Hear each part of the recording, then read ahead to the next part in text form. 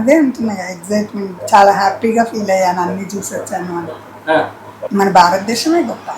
మన భారతదేశంలో అంటే పాపులేషన్ ఎక్కువ కాబట్టి కొంచెము ఆ నీట్నెస్ అవి, అక్కడేమో భూభాగం ఎక్కువ ఉంటుంది, మనుషులు తక్కువ ఉంటారు కాబట్టి ఆ నీట్నెస్ అవి కొంచెం ఎక్కువ.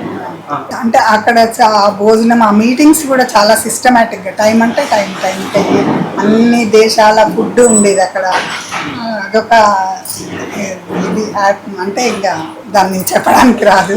ఎంజాయ్ బాగా చేశాను. అంటే జ్యోతిర్లింగాలు తిరిగినాం, శక్తిపీఠాలు ఒక 2 అన్నీ తిరగలేదు. కొన్ని ఇష్టమైన దేవుడు అంటే మా ఇంటి కుల దైవము అనుకునేది వెంకటేశ్వర స్వామి. కలియుగ దైవం గొప్పతనం అంటే ఇంకా బాగా ఎదిగిపోయారు. అంటే మంచి సమాజం, అంటే మంచి అవగాహనతోటి ముందుకు పోయారు.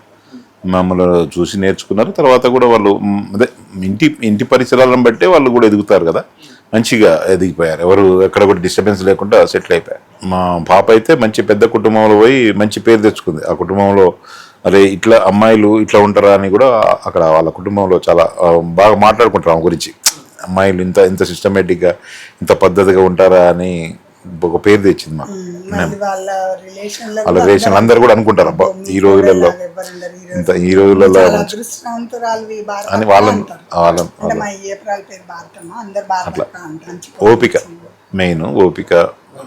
ఎందుకంటే ఉమ్మడి ఫ్యామిలీస్ ఉన్నది వాళ్ళది.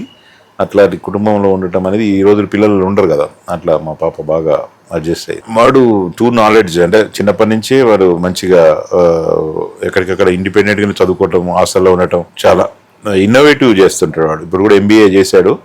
ఇన్నోవేటివ్, అమెజాన్లో టాప్ మోస్ట్ ఆఫీసర్గా పనిచేస్తా ఉన్నాడు యునైటెడ్ స్టేట్స్లో.